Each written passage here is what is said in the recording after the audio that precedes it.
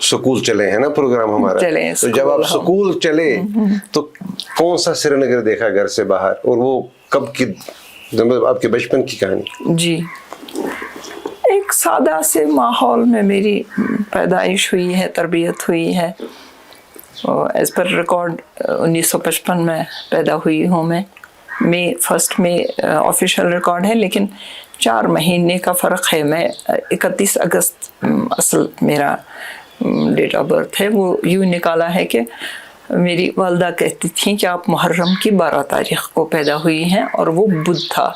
پھر میں نے کچھ جو کیلنڈر کے علم میں ماہر ہیں ان سے پوچھ کے انہوں نے کہا ہاں سال یہی بنتا ہے 1955, لیکن دن بدھ تھا 31 اگست اور 12 محرم تھا یہ. تو اس کے بعد اس وقت ظاہر ہے 6 سال کی عمر میں ہی جاتے تھے اسکول. پھر اسکول لوکل لیول پہ اسکول کی حالت بھی ویسی آپ کو پتہ شاید نہیں ہے, آپ مجھ سے چھوٹے ہیں, کیا حالت ہوتی تھی اندر.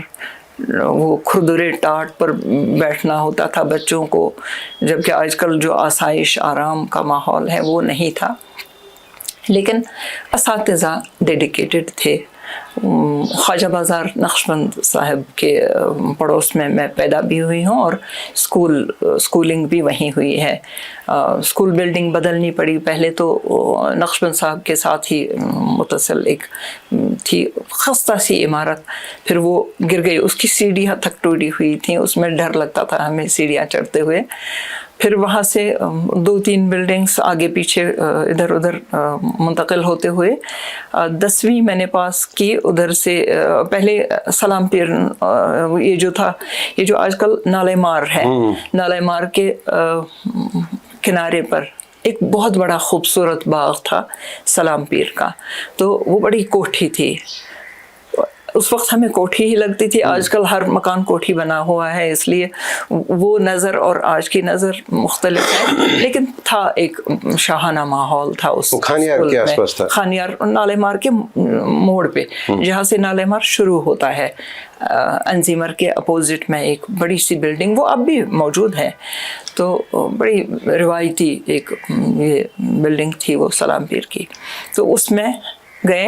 اس کے بعد پھر جو آج کل ناؤپورہ میں ہائر سیکنڈری اسکول ہے, اس وقت ہائی اسکول تھا. میں وہاں سے شاید پہلا بیچ تھا میٹریکولیشن کا.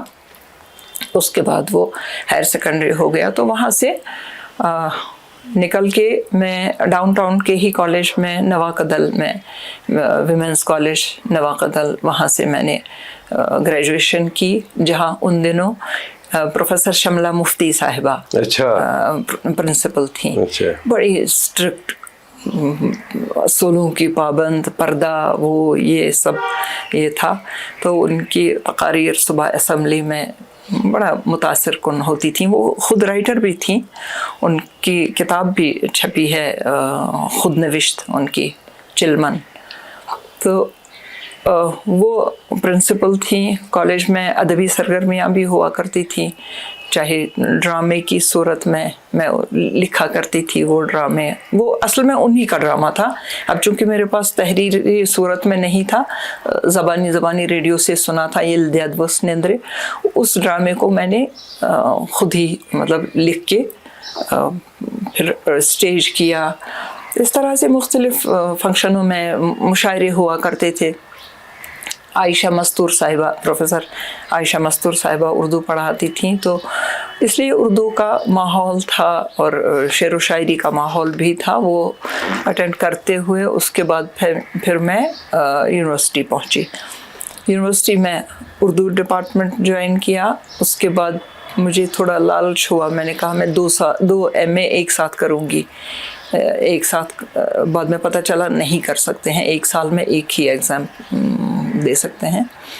پھر میں نے اردو اور پرشین وہاں سے پاس کر کے پھر پرشین میں ایم فل کیا, اور ریسرچ کا مٹیریل جمع ہو گیا تھا. کنٹمپریری پرشین پوئٹری ان ایران, یہ ٹاپک تھا ایم فل کا.